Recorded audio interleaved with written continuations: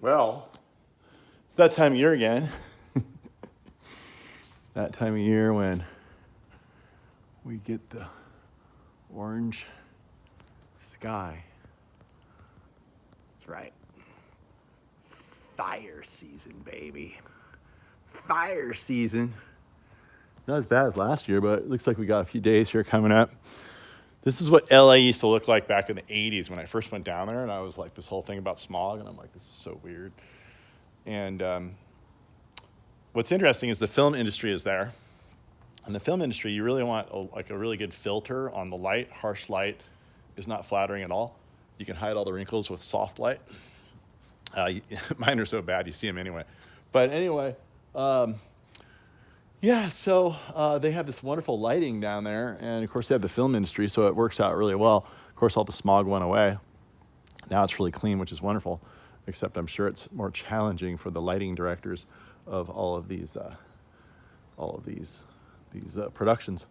But anyway, just looking out from my garage, the view of the garden, backlit a little bit by this orange iridescent light, and it's quite interesting. It's actually quite flattering on the plants, I think. You really get to see them without shadow interfering.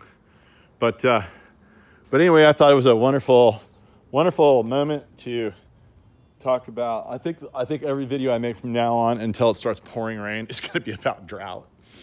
I'll tell you a story. When I first got my first house, I was so proud of it. It was $232,500 in Martinez, 3/4 of an acre, 3-bedroom, 2.5 bath. It was a cool little house, had a cool view, and it was really it had a really awkward street around it on all 3 sides, and nobody wanted it, except I was ecstatic to get it. And the very first thing I did is I put a bunch of pots all over the deck and everything, and I put these beautiful annual flowers out that were so beautiful that I'd plant for my very wealthy clients every year. And then guess what happened? Within about 3 weeks, they all died. Yeah, even though I had drip on them, like you miss watering them once and they just die. So then I thought, well, I got to have my pots. What am I going to do without my pots? And so I went succulents, and I have never left. Once you go succulents, you don't come back. So in your pots, guys, you really should only be using succulents. I mean, look, like this plant, hardly water this plant. Just got an agave with some little echeverias underneath it.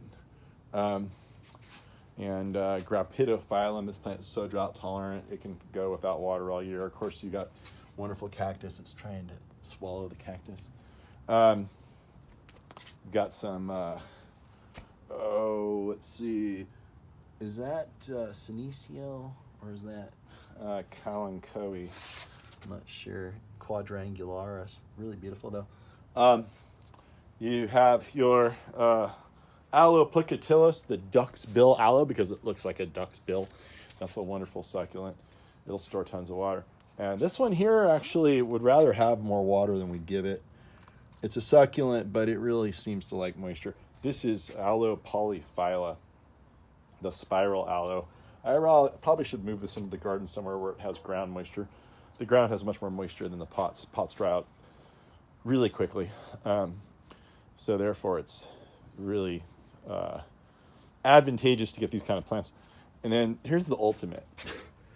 Here's your agave perii. You can put this in a pot, guys, water it in once, never do another thing, let the rain hit it in the wintertime, and it won't care. As will this agave foliifera. It won't care. Look how pretty those look together. You've got green, you've got silver. That's all you need. And if you like tequila, well, here's your tequila agave. Look how pretty that is. Gorgeous, right? Look at the coloration. Look at the stripes. Look at the teeth marks on it from the previous leaf. Anyway, and you've got some aloe underneath it. Can't kill that plant. That plant could sit there all summer long. No water, no problem. You've got another agave. You've got your prickly pear. Here is, I believe this is either Haworthia or Gasteria. I'm pretty sure it's Haworthia. And of course you have weeds. More weeds. If I only had time to take care of my own garden. And then just a medley of different things.